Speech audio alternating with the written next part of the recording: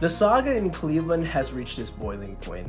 In a matchup against the Cincinnati Bengals, their quarterback was dropping back in the pocket trying to make a play, but unfortunately snapped his Achilles, and reports on Monday confirmed that he will be missing the season, and possibly this could be the end of his career. Now rewind 3 years ago when the Browns were evaluating the quarterback position. They had Baker Mayfield coming off of a poor season in 2021. He had the injured shoulder and played through it, but it made it worse, and they didn't know if they were able to hitch their wagon to this guy. Well, Houston had an interesting situation where they were trying to trade their quarterback and eventually traded him to Cleveland for 3 first-round picks, and Cleveland rewarded him with a fully guaranteed $230 million contract. And in the process, they shipped Baker to Carolina, and eventually he bounces around but finds a home in Tampa Bay, where he had a Pro Bowl appearance in 2023. For Cleveland, it has been a nightmare. In 51 eligible games where this guy could play, he has only played in 19 of them. 11 have been taken out due to suspension in 2022, and in 2023 he got off to a really good start, 5-1, but hurt his shoulder and missed the remainder of the season, and now he'll be missing the rest of the season due to an Achilles tear.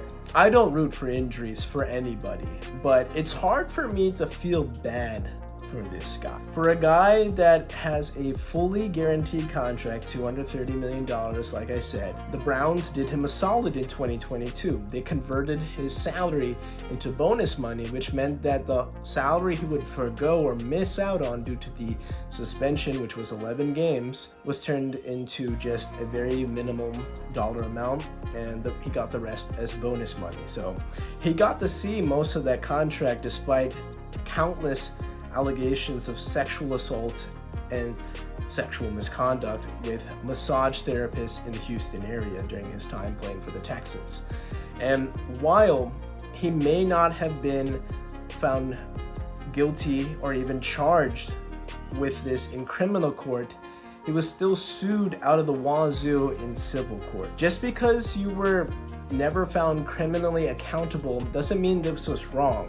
Civil court is still holding you accountable, but just in a different way. Prime example I can think about is O.J. Simpson. O.J. was acquitted in court when most of the public could have a sense that he committed murder, a double murder.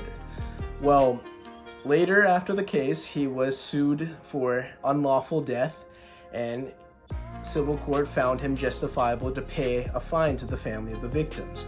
And this was a similar situation where instead of him paying directly, he was settled out of court. But this is over 20 plus women coming forward, and it's not the same cookie cutter copy and paste story of inappropriate discretions against massage therapists. No. This is a predator, and it's very difficult for me to feel sorry for a predator. This is in Harvey Weinstein territory of sexual misconduct, and to think that this guy was rewarded with $230 million, I'm having a very difficult time feeling bad for this guy. His teammates came to his defense, Jameis Winston and Myles Garrett, and Myles went to say that he has been a model citizen.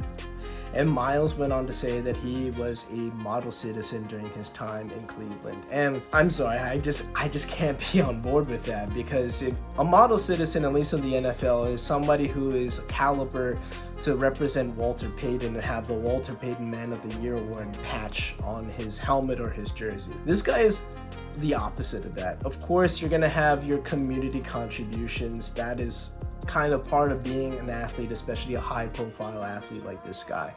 It's kind of mandatory at this point. It's not really out of the kindness of his heart. And to think about the players coming to the defense, maybe they know more about the nitty-gritty, that's fine. But to feel sorry about this situation, I just can't be on board with. So yet again, no happy endings in Cleveland. It is a nightmare situation.